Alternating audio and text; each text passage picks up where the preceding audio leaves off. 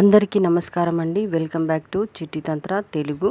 ఈరోజు చిట్టి తంత్ర వచ్చేసి ఏంటంటే, నేను చెప్పే ఈ చిట్టి తంత్ర మీరు ఒక 11 వారాలు చేశారంటే మార్పు అనేది మీకు తప్పకుండా కనిపిస్తుంది. దీన్ని అఖండ ఐశ్వర్య దీపం అని అంటారు. మీరు 9 వారాలు మీరు చేసి చూడండి, మార్పు అనేది మీకే కనిపిస్తుంది.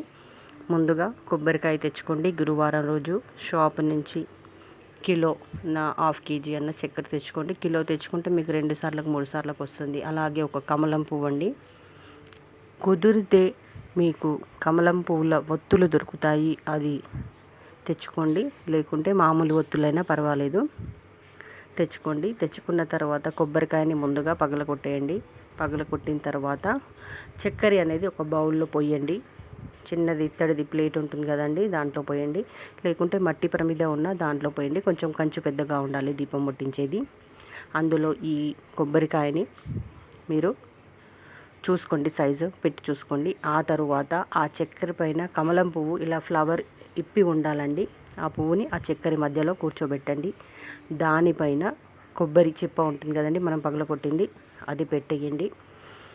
దాంట్లో కొంచెం నెయ్యి, కొంచెం నువ్వుల నూనె 2 సమభాగాలుగా కలుపుకోండి. కుదిరిన వాళ్ళు మొత్తం నెయ్యి వేసి ముట్టించినా మంచిదేనండి. కుదరని వాళ్ళు నువ్వుల నూనెతోటైనా చేయండి. ఆ 2 కలుపుకొని అమ్మవారికి కుదిరితే నేను చెప్పాను కదండి, కమలం పూల ఒత్తులతోటి ముట్టించండి. లేదంటే నార్మల్ మనం ఇంట్లో పూజా సామాగ్రిలో షాపుల్లో దొరికే ఇలాంటి ఒత్తులు తెచ్చుకొనైనా ముట్టించుకోవచ్చు.